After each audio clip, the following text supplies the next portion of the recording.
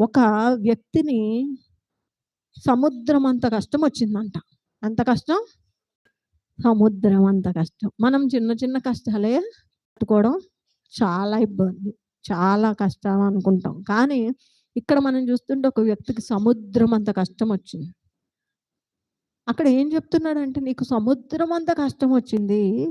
నిన్నిప్పుడు ఎవరు స్వస్థపరుస్తారు? నీ జీవితంలో ఎవరు కార్యం చేస్తారు? నిన్నెవరు బాగు చేస్తారు? ఎందుకంటే నిన్ను బాగు చేయాల్సిన వారే నిన్నేం చేశారు? బాగు చేయలేదు. నీ జీవితాన్ని పాడు చేసేటట్లుగా నడిపించారు. బాగుపడాల్సిన నీవే నీ జీవితంలో ఏమైపోయింది? కష్టాన్ని కొని తెచ్చారు. ఎవరి ద్వారా వచ్చింది కష్టం? ఒక రకంగా చెప్పాలంటే ప్రవక్తల ద్వారా కష్టము వచ్చిందంట. మనం ఏం చేస్తామంటే వంకరుంది. మనం ఏం చేస్తామంటే ప్రవక్తలు ఎక్కడుంటే అక్కడికి పరిగెడతా ఉంటాం. ప్రవక్తలు అనేవారు ఎక్కడ పడితే అక్కడ ఈరోజు పుట్టుకొచ్చేసారు. బైబిల్‌లో కూడా చాలామంది ప్రవక్తలు ఉంటారు. అసలు ప్రవక్త అంటే ఏంటి? ముందుగానే దర్శనాన్ని చెప్పేవారు. ముందుగానే దర్శనాన్ని చెప్తే మనం ఏం అలవాటు చేసుకుంటున్నామంటే దర్శనాలను అలవాటు చేసుకుంటున్నాం. దర్శనం ఎంతవరకు నమ్మొచ్చు? కళను ఎంతవరకు నమ్మొచ్చు? ప్రవక్తలను ఎంతవరకు నమ్మొచ్చు? ఇప్పుడు ఉదాహరణకి మనం ఒక స్కూల్‌లో జాయిన్ అవుతాం. చదువుకుంటూ ఉంటాం. చదువుకుంటున్నప్పుడు బాగా చదువుతున్నాం. ఎంత బాగా చదివినా మనల్ని నడిపించే ఆ టీచర్స్ ఏమంటారంటే, నీకు ఈ సంవత్సరం లేదంటే ఈ ఎగ్జామ్స్‌లో నీకు ఇంకా మార్కులు రావాలి. తక్కువ వచ్చినాయి అని చెప్తారు. మనం ఎంత బాగా చదివి, ఎంత బాగా పరీక్ష రాసి, ఎంత బాగా మార్కులు తెచ్చుకున్నా కూడా తక్కువ వచ్చినాయి. ఇంకా బాగా చదువు, ఇంకా బాగా చదువు, ఇంకా బాగా చదువు అంటారు. ఎందుకంటారు? ఎందుకు తక్కువ వచ్చినాయని చెప్తారు? ఇప్పుడు 100కి 97 వచ్చినా నీకు 100కి 100 రావాలంటారు. 100కి 95 వచ్చినా ఇంకా బాగా చదవాలంటారు. ఎందుకంటారు? ఎందుకంటారు చెప్పాలి?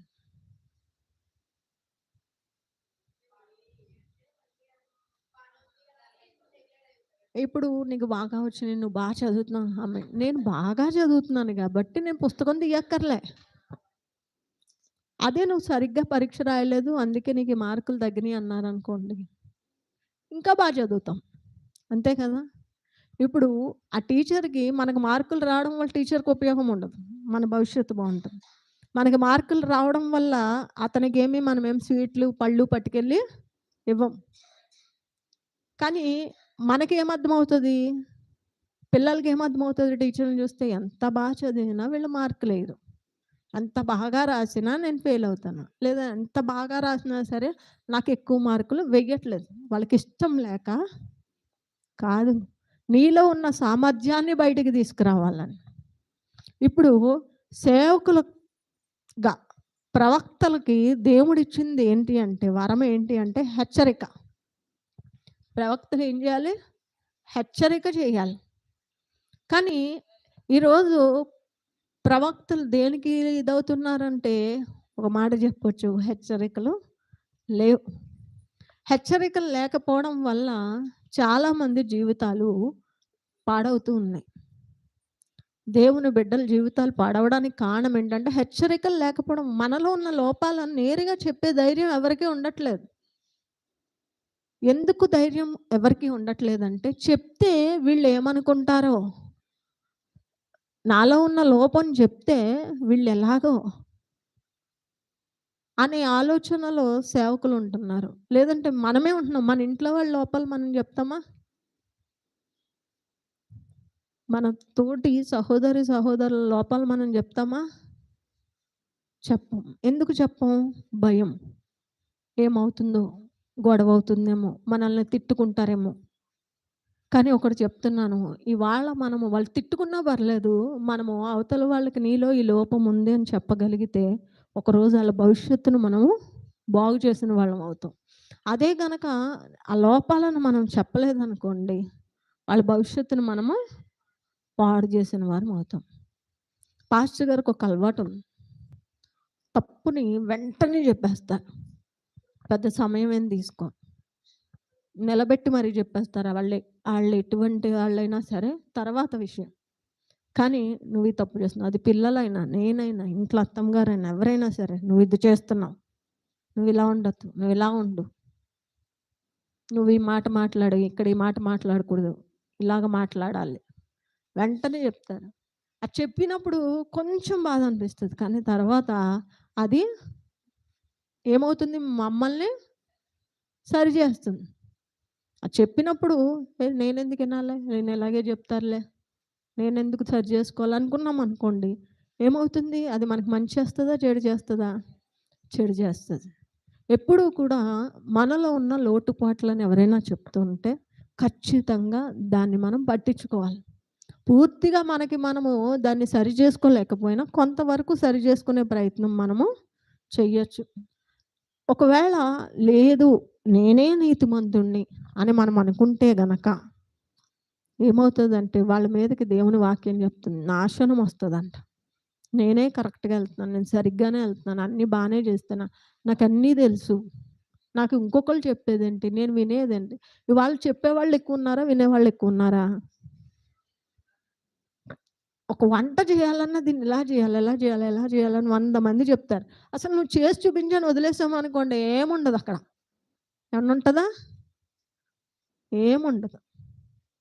అసలు నువ్వు చేసి చూపించని వదిలేస్తే దాన్ని మనం నోట్లో కూడా పెట్టలేం. అబ్బాయి ఇది ఇలా చేస్తే అంత బాగుంటుందో చెప్పడం చాలా సులువు కదా. మనం ఎలా ఉండాలి? వినేవాళ్ళగా ఉండాలి. వినడం వల్ల మనం ఏం కోల్పోం. ఇప్పుడున్న పరిస్థితుల్లో గొడవలు రావడానికి కారణం ఏంటంటే వినడానికి మన మనసు ఒప్పుకోవట్లేదు.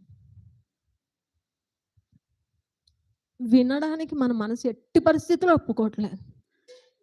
అది మనకన్నా పెద్దోళ్ళు చెప్పినా మనం అంగీకరించలేని స్థితి.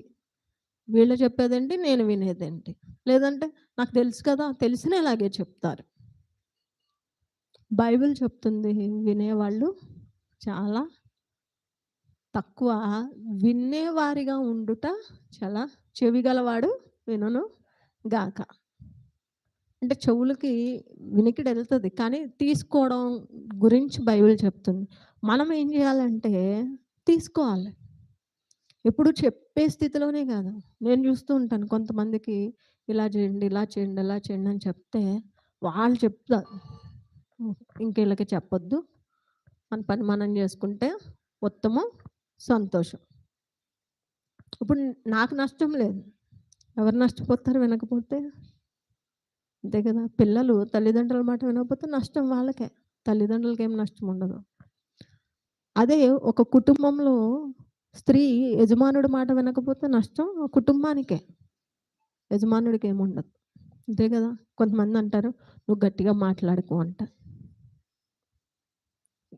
ఇంట్లో భార్యల్ని ఎక్కువ శాతం భర్తలు అంటారు నువ్వు గట్టిగా మాట్లాడకంట.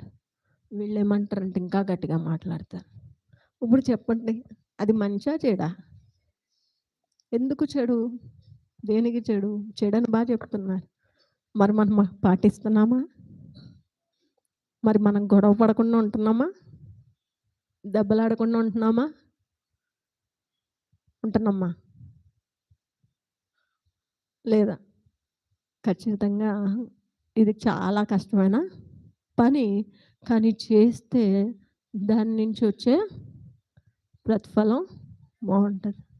ఇక్కడ సరి చేసేవారు లేక ఒక వ్యక్తి జీవితంలో సముద్రం అంత కష్టం వచ్చి పడిందంట.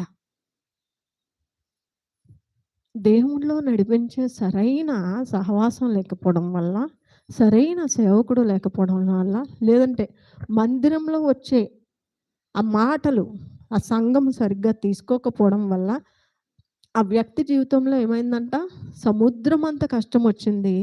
వాళ్ళని బాగు చేసేవారు లేరంట. ఆ బాగు చేసేవారు లేక ఇప్పుడు ఆమె ఏం చేస్తుందంటే ఏడుస్తుంది. ఎట్టి మాటల చేత నిన్ను ఇంకా ఆవిడని హెచ్చరించడానికి మాటలే లేని పరిస్థితిలోకి ఆ మనిషి వెళ్ళిపోయింది. ఇవాళ చాలా సంఘాల్లో హెచ్చరికను తీసుకునే స్వభావం సంఘాల్లోనే కాదు, కుటుంబాల్లో కూడా లేదు. కుటుంబాలు చాలా భయంకరమైన పరిస్థితిలోకెళ్ళడానికి కారణం ఏంటంటే, మనకి హెచ్చరికలు నచ్చట్లేదు. సరి చేసుకోవడం నచ్చట్లేదు. ఉదాహరణకి ఇప్పుడు మనకి ఎటువంటి డాక్టర్లు నచ్చుతారు చెప్పండి? ఎటువంటి డాక్టర్లు నచ్చుతారు మనకి? ఎక్సర్సైజ్ చెయ్యి అంటే నచ్చుతదా? నువ్వు ఒక పూట ఆహారం మానేయి అంటే నచ్చుతుందా? మరి నీకు ఆపరేషన్ చేయాలి నచ్చుతది. కదా! నీకు ఆపరేషన్ చేయాలి. టెస్టులు చేయాలి నీకు నచ్చుతది. మందులేసుకోవాలి నచ్చుతది. రెస్ట్ తీసుకోవాలి నచ్చుతది. మిగతావి ఏవి మనకు నచ్చవు. మంచి వైద్యులు ఎవరికీ నచ్చరు. ఇక్కడికి అసలు వైద్యుడే మంచి వైద్యుడు దొరకలేదు. అంటే మంచి సేవకుడే దొరకలేదు ఈమెకి. ఆ మంచి సేవకుడు దొరకకపోవడం వల్ల ఆమె జీవితంలో కష్టం పెరిగి, పెరిగి, పెరిగి, పెరిగి ఏమైపోయిందంటే సముద్రం అంత అయిపోయిందంట. మరి సముద్రం అంత కష్టాన్ని కూడా తీర్చగలిగిన వాడు దేవుడున్నాడు. మరి ఇక్కడ ఏం చెప్తున్నాడు? త్రోవ తప్పించు దర్శనములు చూచిన వారైరి, త్రోవను వెళ్ళి వారందరూ నిన్ను చూచి చప్పట్లు కొట్టెదరు. వారు యెరూషలేము కుమారుని చూచి పరిపూర్ణ సౌందర్యము గల పట్టణమనియు సర్వ భూనివాసులకు ఆనందకరమైన నగరనియు జనులు ఈ పట్టణమును గూర్చియే చెప్పిరి అని అనుకొనుచు గేలి చేసి తల ఊచెదరు. నీ శత్రువులందరూ నిన్ను చూచి నోరు తెరిచెదరు. వారు ఎగతాళి చేసి పండ్లు కొరుకుచు దాన్ని మృంగివేసి ఉన్నాము, ఇదే కదా మనం కనిపెట్టిన దినమని తటస్థించను. దాన్ని మనము చూచి ఉన్నామని అనుకునేదరు. ఏమైంది? ఒక వ్యక్తి సరిగ్గా నడిపించకపోవడం వల్ల ఏమొచ్చినాయి అంట? అవమానాలు వచ్చినాయి. ఒక ప్రవక్త సరిగ్గా తన సంఘాన్ని నడిపించుకోకపోవడం వల్ల ఏమొచ్చిందంటే అందరూ చూసి హేళన చేసే పరిస్థితి వచ్చింది. వాళ్ళ సంఘాల మీదకి దాడులు కానీ, అవమానాలు కానీ, నిందలు కానీ రావడానికి కారణం ఏదైనా ఉందంటే, మనం ఒకళ్ళని దూషించలేదనుకోండి, వాళ్ళు మనల్ని గురించి ఏమన్నా పట్టించుకుంటారా? మన దారిలో మనం వెళ్ళిపోతా మనం చేయాల్సిన పనిని మనం చేసుకుంటూ వెళ్ళిపోతూ ఉంటే ఎవరైనా మనల్ని ఏమన్నా అంటారా? ఎవ్వరేమనరు. అదే మన ఇంట్లో చెత్త పట్టుకెళ్ళి పక్కోళ్ళ ఇంట్లో ఏసేసి నాకేం తెలియనట్టు వెళ్ళాననుకోండి ఊరుకుంటారా? వాళ్ళ చాలా సంఘాల్లో వ్యతిరేకంగా బయట చాలా చాలా దాడులు జరగడానికి, వ్యతిరేకమైన పరిస్థితులు రావడానికి కారణం ఏంటంటే, వాళ్ళని రెచ్చగొట్టే విధంగా మన మాటలు ఉండడాన్ని బట్టే. ఎప్పుడు అవతల వారిని మనం నిందించకూడదు. మీరు ఇలాగే ఎందుకుంటున్నారు? ఇందులో ఉంటే బావుంటది కదా! మనకు అవసరం లేని విషయాల్లోనికి మనము వెళ్ళకూడదు. దేవుడు బిడ్డలు ఎప్పుడూ సమాధానకరంగా ఉంటారు. మీకు ఒక విషయం చెప్తా. ఇక్కడ విజయనగరంలో మేము పైన చర్చ్ నడుపుతాం. ఇక్కడ ఎలా మేడ, అక్కడ మేడే. కింద ప్లేస్ ఉంటది. అక్కడ 2 సంవత్సరాలు వినాయక చవితి పందిర్లేశారు. కిందే కరెక్ట్‌గా చర్చ్‌కే అంటుకుని. వాళ్ళతో మేమేమి అనేవారం కాదు. వాళ్ళు మమ్మల్ని ఏమనేవారు కాదు. వేసిన తర్వాత 2 సంవత్సరాలు వేసేవారు. మేము నుంచొని కొంచెం మైక్ సౌండ్ తగ్గించండి అంటే తగ్గించేసేవారు. మేమేం చేసేవాళ్ళమంటే వాళ్ళకి 9 రోజులు అయిపోయిన తర్వాత ఊరేగింపులుంటాయి. అది ఎప్పుడో చూసుకొని ఆ రోజు క్రమాన్ని మార్చుకునేవాళ్ళం. అలాగా వాళ్ళు పెట్టిన 2 సంవత్సరాలు మేము అలాగే చేసాం. మూడో సంవత్సరం నుంచి వాళ్ళే అనుకున్నారు ఇక్కడొద్దు. వేరే చోటన పెట్టుకుందాం. వాళ్ళకి మనము ఇబ్బంది కలిగించొద్దు. మనము ఒకళ్ళని ఇబ్బంది పెట్టనంత సేపు ఎవరు మనల్ని బాధ పెట్టరు, ఇబ్బంది పెట్టరు. మనం ఒకళ్ళని అవమానించినంత సేపు ఎవరు మనల్ని ఒకవేళ మనకు తెలియకుండా ఎవరైనా అవమానిస్తే వదిలేయడం చాలా ఉత్తమం. అంతేగాని వాళ్ళతో గొడవలు పడి, వాళ్ళను వాళ్ళ మీద కోపగించుకొని, వాళ్ళ మీద అసూయ పెంచుకొని, ద్వేషం పెంచుకొని, అబ్బే! వీళ్ళు శత్రువులు, వీళ్ళ వంక కూడా నేను చూడకూడదు, వీళ్ళతో నేను మాట్లాడకూడదు. బైబిల్ ఏం చెప్తుంది? నీ శత్రువును కూడా నువ్వు ప్రేమించాల్సిన స్థితిలో నువ్వు ఉండాలి. మరి అలాంటప్పుడు మనకు శత్రువులు ఉండొచ్చా? ఉండకూడదు గదా! మనం ఎవరి మీదైనా ద్వేషం పెంచుకోవచ్చా? పెంచుకోకూడదు కదా! నేను నీ మొహం చూడను, నువ్వు నా మొహం చూడొద్దు అని ఎవరి దగ్గరైనా నిలబడొచ్చా మనం? నిలబడకూడదు కదా! మరి ఇవన్నీ ఏమవుతాయి? మనకి అవమానాలు తెస్తాయా? తేవా. ఖచ్చితంగా తెస్తాయి. దేవుడు నిన్ను వలె నీ పొరుగు వారిని ప్రేమించమని దేవుని వాక్యం చెప్తుంది. నిజంగా అతను నిజమైన ఆమె ఎవరైతే వ్యక్తి ఇక్కడ సముద్రం అంత కష్టంతో బాధపడుతుందో, సరైన సేవకుడి దగ్గరికెళ్తే గనక తన జీవితాన్ని ఖచ్చితంగా దేవుడు మార్చి ఉండేవాడు. కానీ ఈమె సరైన సేవకుడి దగ్గరికి వెళ్ళలేదు. నీకు ఆశీర్వాదం వస్తది రా, నేను చెప్పినట్టు చెయ్యి. నీకు ఆశీర్వాదం వస్తది. నేను ఇవ్వమన్నంత కానుక నీకు ఆశీర్వాదం వస్తది. నిజంగా పాపం వాళ్ళేదో కష్టమో, నష్టమో చేసి ఏదో కానుక ఇచ్చి వెళ్ళిపోయారనుకోండి. వాళ్ళ జీవితంలో కార్యం జరగలేదనుకోండి. అప్పుడు ఆ సేవకుడు ఏమంటాడు? నీకు విశ్వాసం లేదు కాబట్టి నీకు జరగలే. ఎవరు నష్టపోతున్నారు?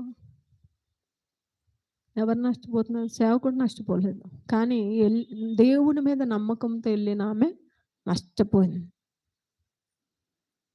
ఈరోజు సరైన సంఘము, సరైన సేవకుడు, సరైన బోధ లేకపోవడం వల్ల ఇంత వ్యతిరేకత వస్తుంది. మనల్ని సరిచేసేవాళ్ళు మనకు కావాలి. మనల్ని పొగిడేవాళ్ళు కాదు. మనల్ని పొగిడేవాళ్ళు మనల్ని తప్పు మార్గంలోకి తీసుకెళ్తున్నారు. మనల్ని పొగిడేవారు మనల్ని పడిపోయే స్థితికి తీసుకెళ్తున్నారు.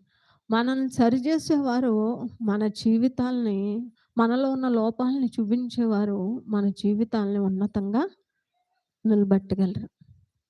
నేను నిన్న ఒక వ్యక్తి కోసం విన్నాను. ఆయన ఒక ఐఏఎస్ ఆఫీసర్. ఐఏఎస్ ఆఫీసర్ అయితే ఇప్పుడు పవన్ కళ్యాణ్ గారు అతన్ని వేరే కేరళ రాష్ట్రం నుంచి ఇక్కడికి తీసుకొచ్చుకొని తన దగ్గర పెట్టుకున్నాడు. అతను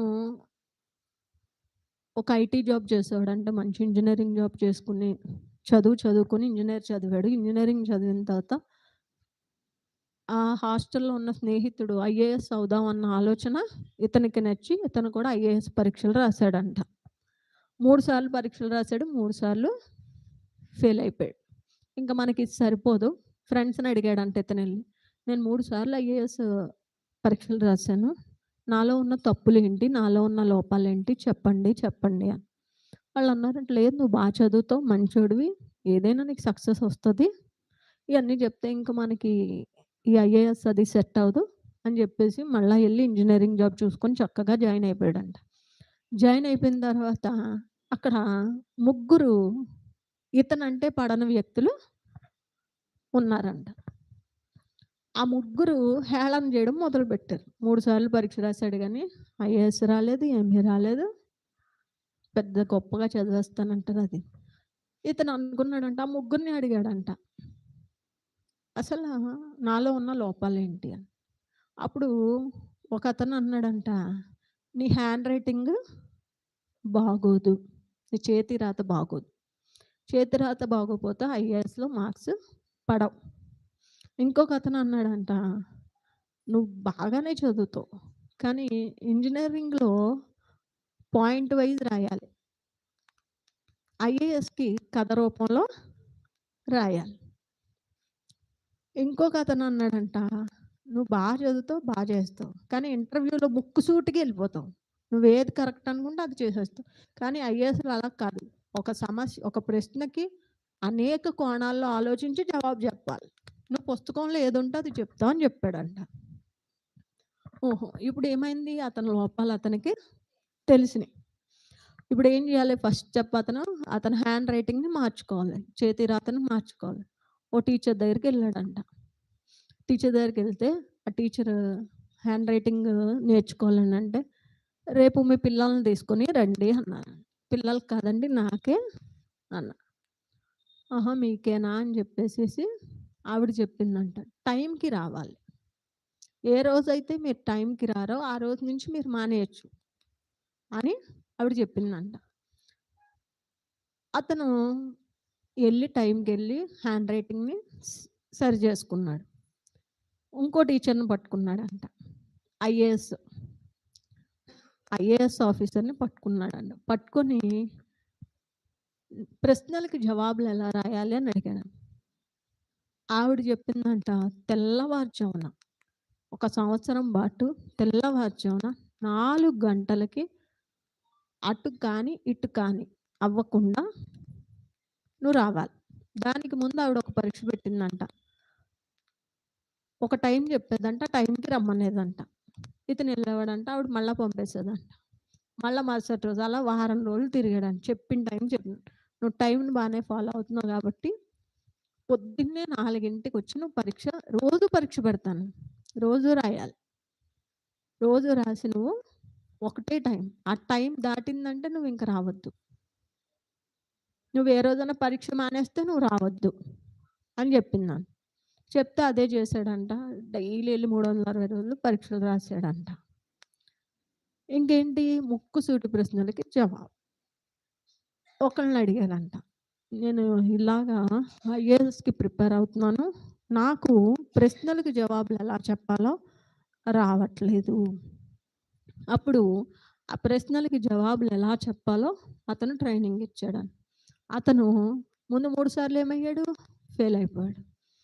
తర్వాత తనలో ఉన్న లోపాలను అతను ఒక్కొక్కటిగా సరి చేసుకుంటూ వెళ్ళిన తర్వాత ఆల్ ఇండియాలోనే మొత్తం దేశంలోనే 66వ ర్యాంక్‌లో పాస్ అయ్యాడంట. హల్లెలూయా! ఇప్పుడేమైంది?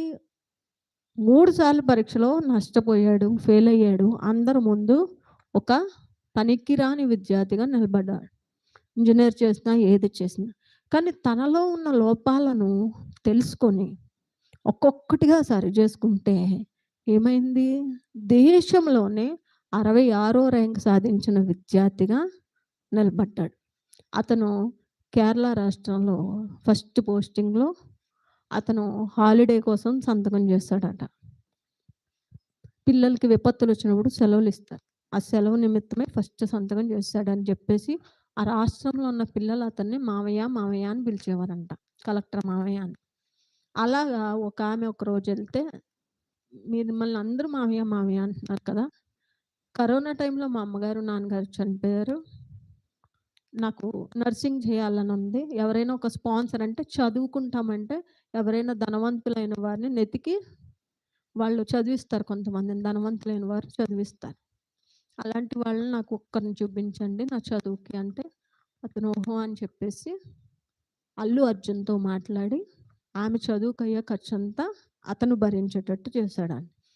అలా ఇంకెంతమంది ఉన్నారని చూస్తే ఆ ఊళ్ళో దగ్గర దగ్గర 60 మంది ఉన్నారంట. ఆ జిల్లాలో. 60 మందికి అలాగే తనకు తెలిసిన వాళ్ళందరిని ఏర్పాటు చేసి చదివింది. అలా చేసుకుంటూ 1000 మంది పిల్లలకి స్పాన్సర్‌లను ఎతికి చదువు చెప్పించాడంట. ఏమైంది? అతను చేసిన తప్పులను సరిజేసుకోవడమే కాదు, ఎదుటోళ్ళ జీవితాలను కూడా బాగు చేసే స్థితికి అతను వెళ్ళాడు. మన తప్పులను మనం ఎప్పుడైతే నాలో ఈ లోపం ఉంది, తప్పుంది అని మనల్ని ఎవరైతే మనలో ఉన్న లోపాలు చెప్తున్నారో వాళ్ళని మన శత్రువులుగా భావించకుండా మిత్రులుగా చూసుకుని మన తప్పులను మనం సరి చేసుకుంటే దేవుడు వారిని ఆశీర్వదిస్తాడు. అందరిని ఆశీర్వదించడు. మనలో ఉన్న లోపాలను సరి చేసుకున్న వాళ్ళనే దేవుడు ఆశీర్వదిస్తాడు. కానీ అదే పని ఇక్కడ ఒక సేవకుడు చెయ్యడంలో వెనకబడిపోయాడు. దర్శనాలు చెప్పాడు, అన్నీ చెప్పాడు. కానీ ఆమెను సరిచేసే ప్రయత్నం మాత్రం చేయలేదు. మనం చాలా చర్చెస్‌లో ఈ చర్చ్ బాగుంది, ఈ చర్చ్ బాగుంది, ఈ చర్చ్ బాగుంది మనల్ని సరిచేసే సేవకులేనా? మనలో ఉన్న లోపాలను ఉన్నది ఉన్నట్టుగా వివరించే సేవకులేనా? నువ్వు తప్పు చేస్తున్నావు. నువ్వు వెళ్తున్న మార్గము తప్పు. నువ్వు చేస్తున్న పని తప్పు. నువ్వు మాట్లాడుతున్న విధానం తప్పు. నీలో ఉన్న ఈ లోపాలున్నాయి అని మనకి చెప్పగలిగే స్థితిలో సేవకులున్నారా? అలా లేనప్పుడు వాక్యం చెప్తుంది వారి జీవితంలోకి ఏమొస్తదంట? సముద్రమంత కష్టమొస్తదట. వారి జీవితం ఏమైపోద్దంట? నష్టాల పాలైపోద్దంట. వారి జీవితం ఏమైపోద్దంట? కన్నీటి పాలు అయిపోద్దంట. 10 మందిలో అవమానకరంగా నిలబడే స్థితిలోకి వారి జీవితాలు వెళ్ళిపోతాయంట. మనం ఏం చేస్తున్నామంటే ఇటువంటివి ఏమి ఇష్టపడే స్థితిలో ఇవాళ చాలామంది లేరు. హల్లెలూయా! నిజంగా మనము మనల్ని బాగు చేసే వాళ్ళకన్నా మనకి కీడు చేసేవారిని ఇష్టపడే స్థితిలో ఇవాళ ప్రజలు ఉండిపోతున్నారు. అందుకే వారి జీవితాలు ఏమైపోతున్నాయంటే తల్లకిందులుగా మార్చబడం. మంచి మాటలు చెప్పి వెనకాల నుంచి మోసం చేసేవాళ్ళు లేరా? అదే నువ్వు తప్పు చేసావు, నువ్వు వెళ్తుంది తప్పు, నువ్వు మోసం చేస్తున్నావు, నువ్వు చేస్తున్న వ్యాపారంలో మోసం ఉంది అనుకున్న వాళ్ళని ఎవరైనా పక్కన పెట్టుకుంటారా? పెట్టుకోరు. కానీ పక్కనుండి లేదు లేదు మీరేం మోసం చేయట్లేదు, ఇలా చేస్తే బాగుంటుంది, ఇలా చేస్తే బాగుంటుందని ఇంకా ఇంకా ఇంకా ఇంకా తప్పులోకి నడిపించే వాళ్ళు నీ పక్కన పెట్టుకుంటారు. ఒకరోజు వెళ్ళని ముంచేసి వెళ్ళిపోతారు. ఇప్పుడు ఎవరి వల్ల ఎక్కువ నష్టం జరుగుతుంది? లోపాలు చూపించే వారి వల్ల ఎక్కువ నష్టం జరగట్లేదు. మరి ఎవరి వల్ల జరుగుతుంది ఎక్కువ నష్టం? మనల్ని పొగిడే వారి వల్ల మనకి ఎక్కువ నష్టం జరుగుతుంది. మనకు అనుకూలంగా ఉన్నది ఏది మనకు మంచిది కాదు. నాకు అన్నీ అనుకూలంగా ఉన్నాయి, నేను అంతా బాగున్నానంటే అవ్వదు.